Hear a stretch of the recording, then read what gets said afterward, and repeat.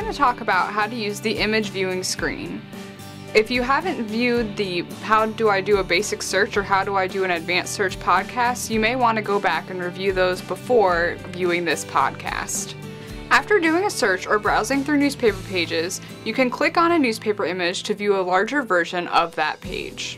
If you're looking at a thumbnail view of an image, all you need to do to get to the image viewing screen is click on the image or the link below the image.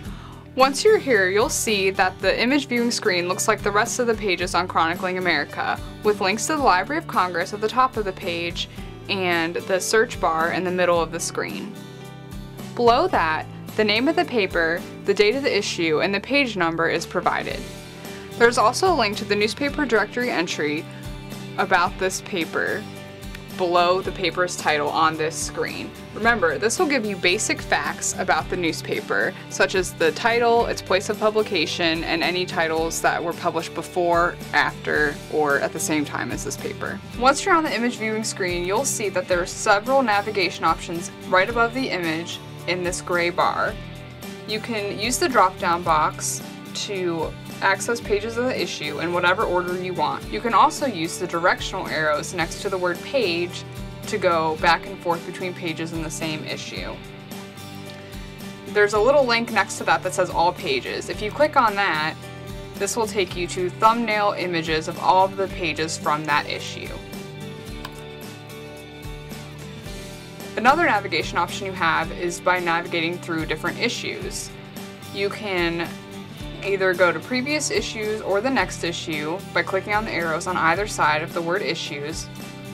You can also choose to select all issues, which will take you to a calendar view of the newspaper that allows you to quickly click on whatever issue you would want to look at. You also have several image viewing options. These are right beside the navigation options in the gray bar in the view section.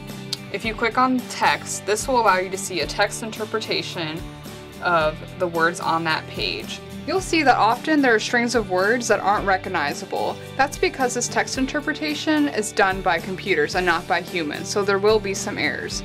We'll talk about how to understand working with keyword searching in a separate podcast.